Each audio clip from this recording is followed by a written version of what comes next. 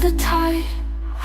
I'm paralyzed, can't find the words, caught in the silence, nothing's heard. Wanna bounce to you, but my feet won't move. What do I do? What do I prove? When everything's crashing down, I'm lost, can't make a sound.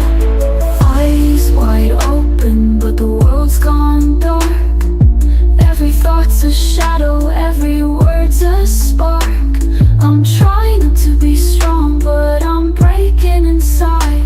Can't fix what's broken, can't turn back the tide. I'm paralyzed, can't find the words, caught in the silence, nothing's heard. Wanna bounce to you, but my feet won't move. What do I do? What do I prove? When everything's crashing down, I'm lost, can't make a sound.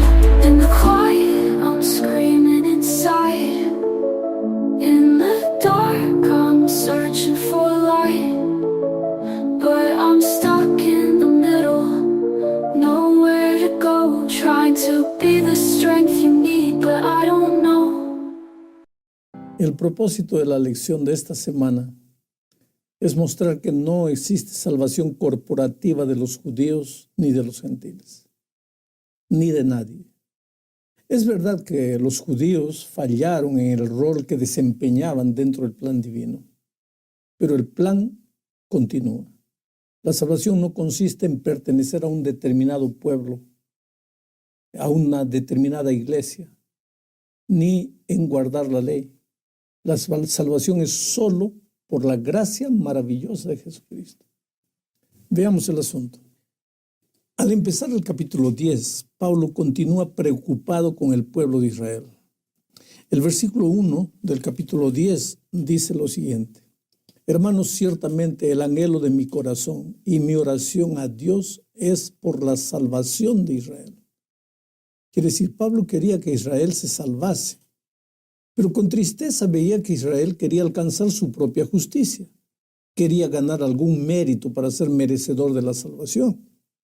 Y el apóstol ha estado tratando de hacer entender a sus lectores que la justicia es únicamente por la fe en Jesús. No existe otro camino. Por más sincera que sea la persona en su intención de guardar o de agradar a Dios, la justicia humana es como trapo de inmundicia. Para lo único que sirve la justicia humana es para enaltecer el yo, para hacerte creer que de alguna manera eres mejor que las otras personas. El nombre que le damos a la intención de obtener una justicia propia es legalismo. Y si te pones a pensar, hay muchas maneras disimuladas en que el legalismo trata de apoderarse del cristiano. Cuando dejas de mirar a Jesús y empiezas a pensar que porque haces esto o porque no haces aquello mereces la salvación, estás caminando por el terreno peligroso del legalismo. Bueno, ahora en el versículo 4 encontramos un versículo que muchos cristianos usan para afirmar que ya no existe ley. Dice así el versículo 4: Pues el fin de la ley es Cristo, para justicia de todo aquel que cree. El contexto de este versículo explica todo. Querido, Pablo está hablando de la tontería que es querer obtener la propia justicia haciendo cosas buenas. Debemos buscar la justicia de Cristo, dice en el versículo 3. Y después añade, porque el fin de la ley es Cristo. Aquí el apóstol no dice que la ley acabó. La palabra fin en griego es telones, que significa el blanco o el propósito. Y ahí está explicado todo. La ley existe para mostrarnos nuestra necesidad de ir a Jesús. El fin, el propósito, el objetivo de la ley es Cristo. Y es de Cristo que ven la verdadera justicia y no de las obras de la ley. Vamos ahora a la segunda parte de la lección basada en el capítulo 11. Mira, el último versículo del capítulo 10 señala claramente que Israel ha rechazado a Dios y ha rechazado el evangelio de Dios. Los israelitas han rechazado a Dios. Romanos 10:21 afirma, pero acerca de Israel dice, todo el día extendí mis manos a un pueblo desobediente y rebelde. De modo que la pregunta lógica es esta. ¿Ha rechazado Dios a Israel? Ya que Israel ha rechazado a Dios, ¿también ha rechazado Dios a Israel? ¿Ha desechado Dios a su pueblo? La respuesta es un firme no. Dios no lo permita. El versículo 7 del capítulo 11 dice lo siguiente. ¿Qué pues? Lo que buscaba Israel no lo ha alcanzado, pero los escogidos sí lo han alcanzado, y los demás fueron endurecidos. Mira, el raciocinio de Pablo es que Israel, la gran mayoría de la nación, no ha obtenido lo que buscaba con tanto ahínco, pero los escogidos, o sea, el pequeño remanente, los que aceptaron, para esos para quienes el amor de Cristo sí vale, esos judíos son judíos creyentes. Ellos lo obtuvieron. Los escogidos, entre comillas, del versículo 7, es equivalente al remanente, entre comillas, del versículo 5. Estas expresiones se refieren a aquellos judíos que pusieron su confianza en Cristo, que lo aceptaron. Los demás, entre comillas, se refiere al resto de los israelitas que no pertenecen al remanente creyente. En el versículo 7 encontramos las expresiones los demás, entre comillas, y Israel, entre comillas, que se refieren ambas a la gran mayoría de los israelitas que no creyeron en Cristo. ¡Qué pena! Los judíos estaban tratando de obtener la justicia de Dios, pero trataban de obtenerla por la vía equivocada, por las obras de la ley. El remanente, ese pequeño grupito que aceptó, lo obtuvo esta justicia poniendo simplemente su fe en Cristo, que es el fin de la ley para justicia a todo aquel que cree. Estos judíos fueron salvos, pero el resto de los judíos que no creyeron en Cristo fueron endurecidos, entre comillas. Ahora, este endurecimiento no es provocado por Dios. Dios solo tiene misericordia por sus hijos. Pero como ya lo vimos en la lección anterior, el mismo sol que derrite la mantequilla endurece el barro. Depende de la actitud del receptor. E Israel se endureció solo. Quedó lerdo, embotado, obtuso, insensible, sin sentido. Si alguien debió haber reconocido al Mesías, los judíos deberían haber sido los primeros. Pero ellos perdieron su sensibilidad espiritual por causa de la incredulidad. La nación judía rechazó al Mesías y aceptó toda la responsabilidad por lo que hizo. Cuando dijo de Cristo, su sangre sea sobre nosotros y sobre nuestros hijos. Ellos no sabían lo que estaban diciendo, pero se estaban condenando solitos. En la tercera parte de la lección vemos el futuro maravilloso que Dios tiene para los judíos que lo acepten. El versículo 11 dice lo siguiente. Pues yo pregunto, ¿será que los israelitas al tropezar cayeron definitivamente? De ninguna manera. Al contrario, debido a su transgresión, vino la salvación a los gentiles, a fin de provocarlos a celos. Y si su transgresión es la riqueza del mundo y su defección la riqueza de los gentiles, ¿cuánto más su plena restauración? Interesante, la palabra caer en griego, patayo, significa un paso en falso, transgresión, pecado, es decir, incredulidad. La nación de Israel pecó y cayó y rechazó a Cristo, pero no fue una caída fatal. La nación no ha sido arruinada para toda la vida, quedar sin esperanza de recuperación, no. Vendrán días mejores. Los judíos que acepten a Jesús se levantarán nuevamente así de una manera maravillosa. Cuando Cristo vino la primera vez, la nación no lo recibió. Pero cuando Cristo venga por segunda vez, innúmeros judíos bendecirán a su Mesías. Justo antes de su regreso, hoy en día la nación está enceguecida, dominada por un espíritu de estupor. Pero en el futuro la nación podrá mirar. Mira lo que Zacarías 12:10 dice. Y derramaré sobre la casa de David y sobre los habitantes de Jerusalén el espíritu de gracia y de súplica, y me mirarán a mí, a quien han traspasado, y se lamentarán por él como quien se lamenta por un hijo único, y llorarán por él como se llora por un primogénito. El presente rechazo será seguido por una futura admisión de miles y tal vez millones de judíos. El presente rechazo y caída de Israel es una maldición para Israel, pero es una bendición para los gentiles, porque por su transgresión vino la salvación a los gentiles. Ahora, en nuestros días, la gran mayoría de los que son miembros del cuerpo de Cristo son gentiles, aunque claro que hay muchos judíos que también lo aceptaron. Pero Dios está llamando hoy a los gentiles de todas las naciones. Esto está ilustrado en Juan 1, 11 y 12. Los judíos no recibieron a Cristo, de modo que Dios ofrece su salvación a todo aquel que quiera recibirla. Israel cayó, pero el plan divino de salvación no acabó. Continúa con los gentiles. Y más, la conversión de los gentiles es usada por Dios para provocar celos a Israel. Quiere decir, cuando los judíos rechazaron a su Mesías, Dios tuvo en mente el bien de los gentiles y la salvación fue llevada a ellos.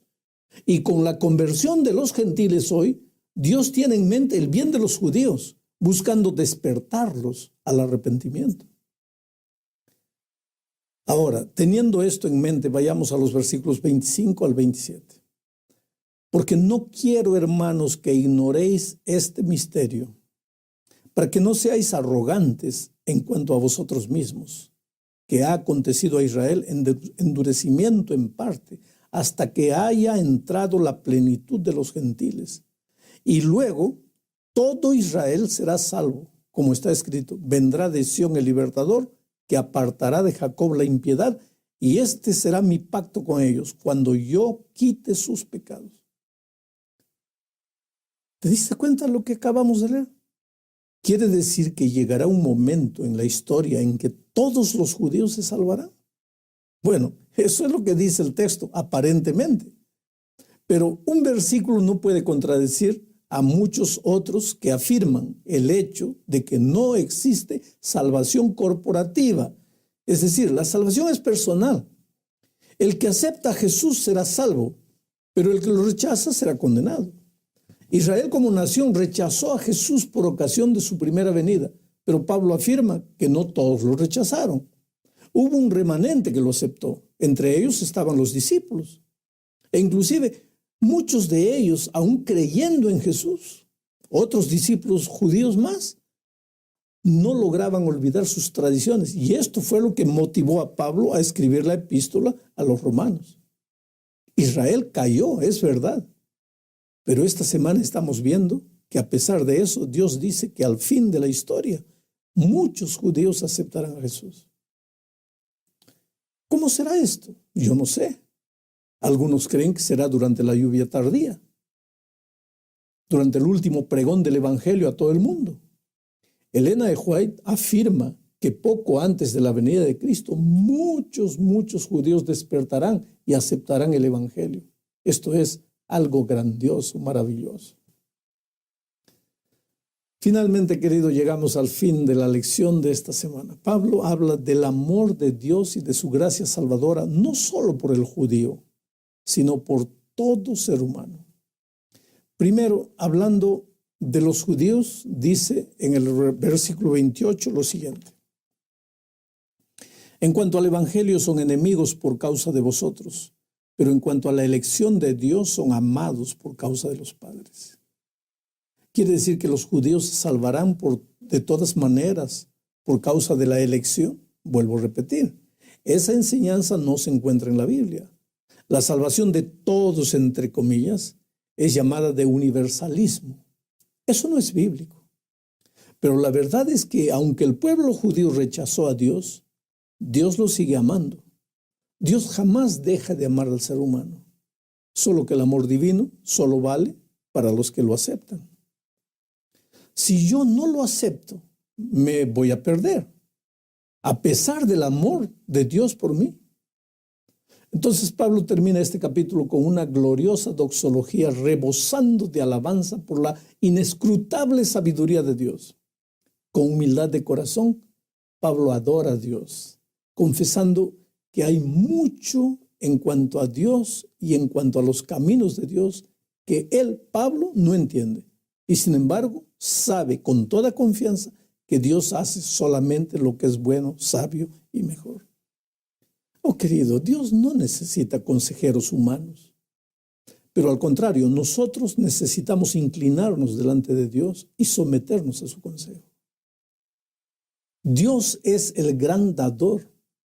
¿Qué tenemos nosotros que no hayamos recibido de Él? Dios nada nos debe, somos nosotros los que le debemos a Él. En el último versículo vemos cuán centrados en Dios eran los pensamientos y la teología de Pablo, en contraste con los enfoques humanistas que están centrados en el hombre y que están de boga hoy día en nuestros días. Ese último versículo dice lo siguiente: porque de Él y por Él y para Él son todas las cosas. A Él sea la gloria por los siglos. Amén. Mira, de Él, literalmente saliendo de Él. Dios es el origen de todas las cosas. Él es el comienzo de todas las cosas. Todo proviene de Él. Todo empieza en Él. Él es el alfa, la primera letra del alfabeto, el comienzo, el principio. Por Él, todo pasa por Dios. Él es el canal de todo. Él está totalmente involucrado en todo. Nada puede quedar fuera de su plan y propósito. Todo tiene que fluir a través de Él y nada puede suceder sin Él. Para Él es la meta de todas las cosas. Todo tiene que terminar en Dios. Él no es solamente el alfa, Él también es el omega. Él no es solamente el comienzo, Él también es el final. Él no es solamente el primero, Él también es el último. ¿Qué podemos decir a todo esto sino a Él sea la gloria por los siglos de los siglos? Amén.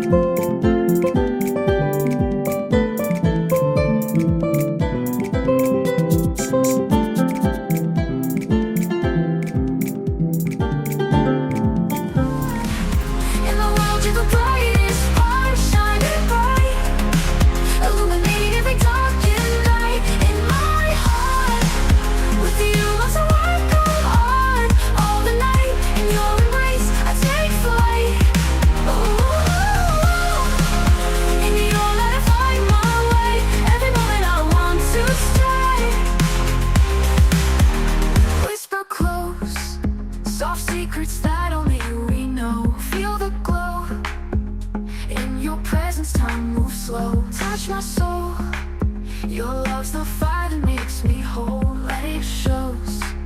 Together let our true selves unfold. I'm hallowed. Every whisper, all our story told. In your eyes, my heart's been sold.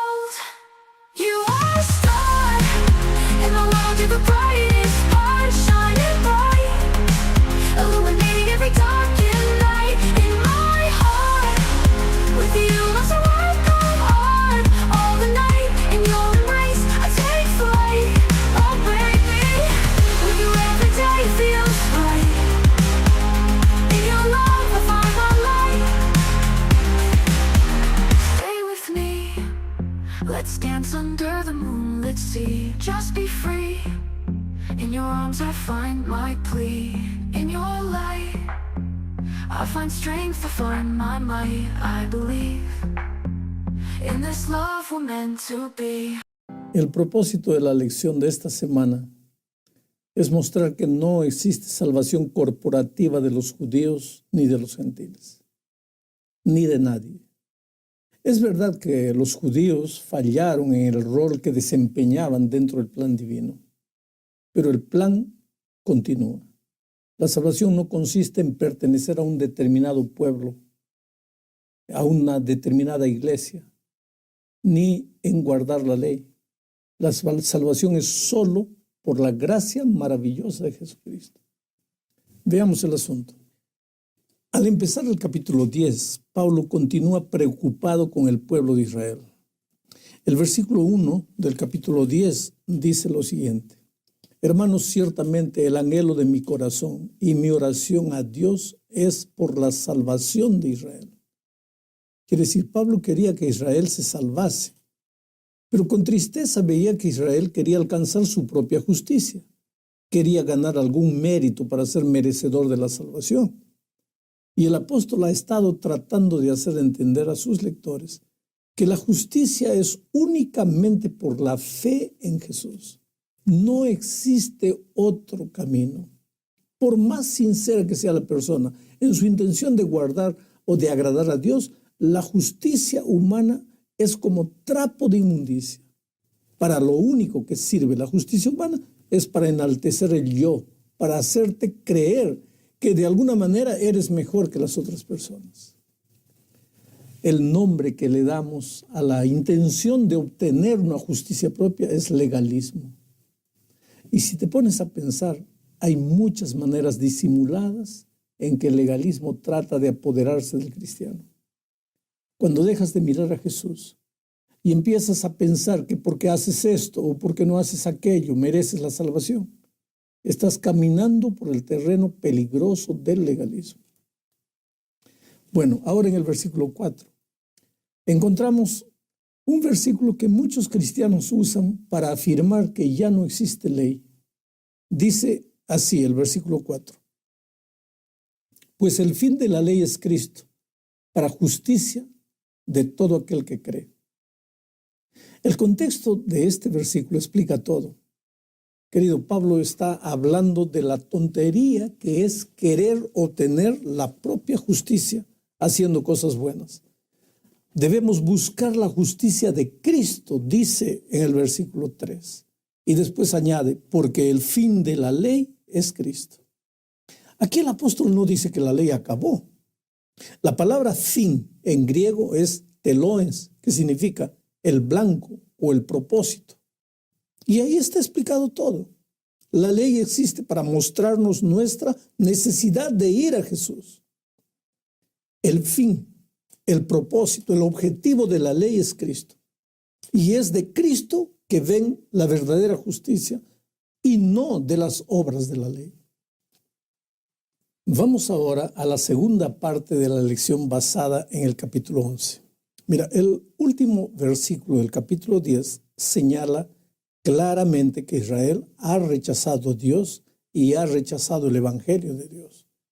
Los israelitas han rechazado a Dios. Romanos 10:21 afirma, pero acerca de Israel dice, todo el día extendí mis manos a un pueblo desobediente y rebelde.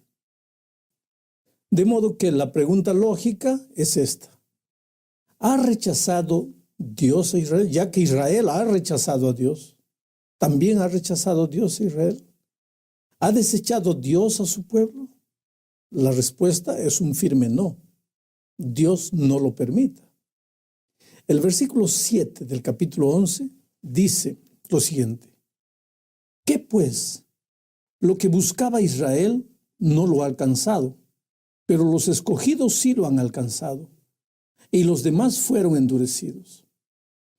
Mira, el raciocinio de Pablo es que Israel, la gran mayoría de la nación, no ha obtenido lo que buscaba con tanto ahínco, pero los escogidos, o sea, el pequeño remanente, los que aceptaron Para esos para quienes el amor de Cristo sí vale. Esos judíos son judíos creyentes. Ellos lo obtuvieron. Los escogidos, entre comillas, del versículo 7, es equivalente al remanente, entre comillas, del versículo 5. Estas expresiones se refieren a aquellos judíos que pusieron su confianza en Cristo, que lo aceptaron. Los demás, entre comillas, se refiere al resto de los israelitas que no pertenecen al remanente creyente. En el versículo 7 encontramos las expresiones los demás, entre comillas, y Israel, entre comillas, que se refieren ambas a la gran mayoría de los israelitas que no creyeron en Cristo. ¡Qué pena! Los judíos estaban tratando de obtener la justicia de Dios, pero trataban de obtenerla por la vía equivocada, por las obras de la ley. El remanente, ese pequeño grupito que aceptó, lo obtuvo esta justicia poniendo simplemente su fe en Cristo, que es el fin de la ley para justicia a todo aquel que cree. Estos judíos fueron salvos, pero el resto de los judíos que no creyeron en Cristo fueron endurecidos, entre comillas. Ahora, este endurecimiento no es provocado por Dios. Dios solo tiene misericordia por sus hijos. Pero como ya lo vimos en la lección anterior, el mismo sol que derrite la mantequilla endurece el barro. Depende de la actitud del receptor. E Israel se endureció solo. Quedó lerdo, embotado, obtuso, insensible, sin sentido. Si alguien debió haber reconocido al Mesías, los judíos deberían haber sido los primeros. Pero ellos perdieron su sensibilidad espiritual por causa de la incredulidad. La nación judía rechazó al Mesías y aceptó toda la responsabilidad por lo que hizo. Cuando dijo de Cristo, su sangre sea sobre nosotros y sobre nuestros hijos.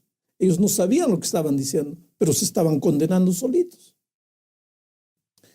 En la tercera parte de la lección vemos el futuro maravilloso que Dios tiene para los judíos que lo acepten. El versículo 11 dice lo siguiente: pues yo pregunto, ¿será que los israelitas al tropezar cayeron definitivamente? De ninguna manera. Al contrario, debido a su transgresión, vino la salvación a los gentiles, a fin de provocarlos a celos. Y si su transgresión es la riqueza del mundo y su defección la riqueza de los gentiles, ¿cuánto más su plena restauración?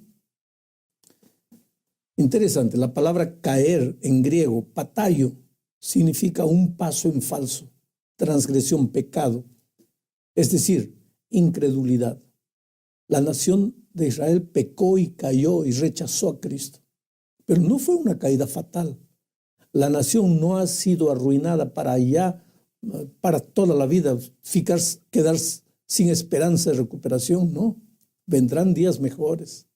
Los judíos que acepten a Jesús se levantarán nuevamente así de una manera maravillosa. Cuando Cristo vino la primera vez, la nación no lo recibió.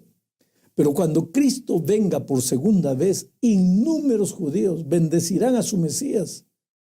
Justo antes de su regreso, hoy en día, la nación está enceguecida, dominada por un espíritu de estupor. Pero en el futuro, la nación podrá mirar. Mira lo que Zacarías 12:10 dice: y derramaré sobre la casa de David y sobre los habitantes de Jerusalén el espíritu de gracia y de súplica, y me mirarán a mí, a quien han traspasado, y se lamentarán por él como quien se lamenta por un hijo único, y llorarán por él como se llora por un primogénito. El presente rechazo será seguido por una futura admisión de miles y tal vez millones de judíos. El presente rechazo y caída de Israel es una maldición para Israel, pero es una bendición para los gentiles, porque por su transgresión vino la salvación a los gentiles. Ahora, en nuestros días, la gran mayoría de los que son miembros del cuerpo de Cristo son gentiles, aunque claro que hay muchos judíos que también lo aceptaron. Pero Dios está llamando hoy a los gentiles de todas las naciones. Esto está ilustrado en Juan 1, 11 y 12. Los judíos no recibieron a Cristo, de modo que Dios ofrece su salvación a todo aquel que quiera recibirla. Israel cayó, pero el plan divino de salvación no acabó. Continúa con los gentiles. Y más, la conversión de los gentiles es usada por Dios para provocar celos a Israel. Quiere decir, cuando los judíos rechazaron a su Mesías, Dios tuvo en mente el bien de los gentiles y la salvación fue llevada a ellos. Y con la conversión de los gentiles hoy, Dios tiene en mente el bien de los judíos, buscando despertarlos al arrepentimiento.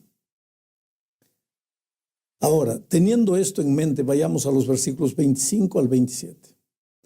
Porque no quiero, hermanos, que ignoréis este misterio, para que no seáis arrogantes en cuanto a vosotros mismos, que ha acontecido a Israel endurecimiento en parte, hasta que haya entrado la plenitud de los gentiles.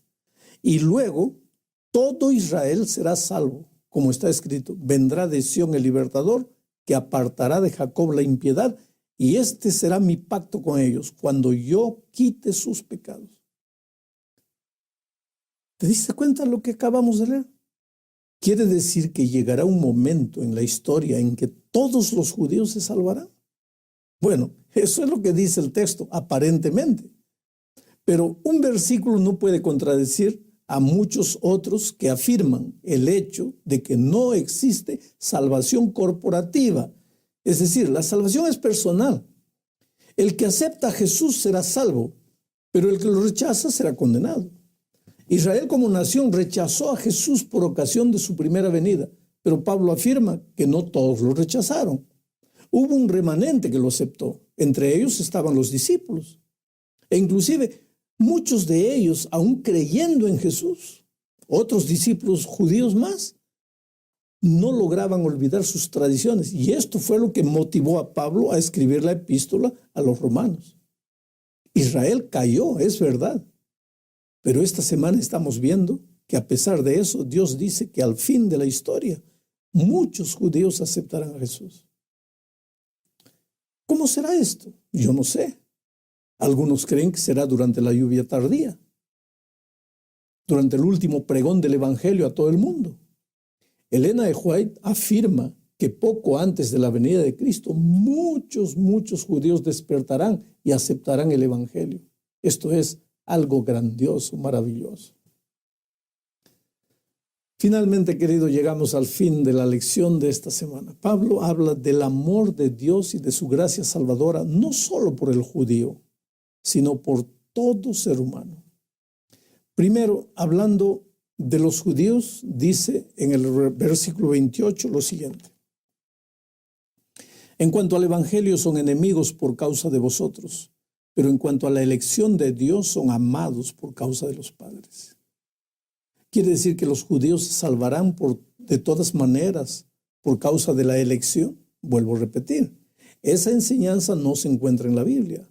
La salvación de todos, entre comillas, es llamada de universalismo. Eso no es bíblico. Pero la verdad es que aunque el pueblo judío rechazó a Dios, Dios lo sigue amando. Dios jamás deja de amar al ser humano. Solo que el amor divino solo vale para los que lo aceptan. Si yo no lo acepto, me voy a perder, a pesar del amor de Dios por mí. Entonces Pablo termina este capítulo con una gloriosa doxología rebosando de alabanza por la inescrutable sabiduría de Dios. Con humildad de corazón, Pablo adora a Dios, confesando que hay mucho en cuanto a Dios y en cuanto a los caminos de Dios que él, Pablo, no entiende. Y sin embargo, sabe con toda confianza que Dios hace solamente lo que es bueno, sabio y mejor. Oh, querido, Dios no necesita consejeros humanos.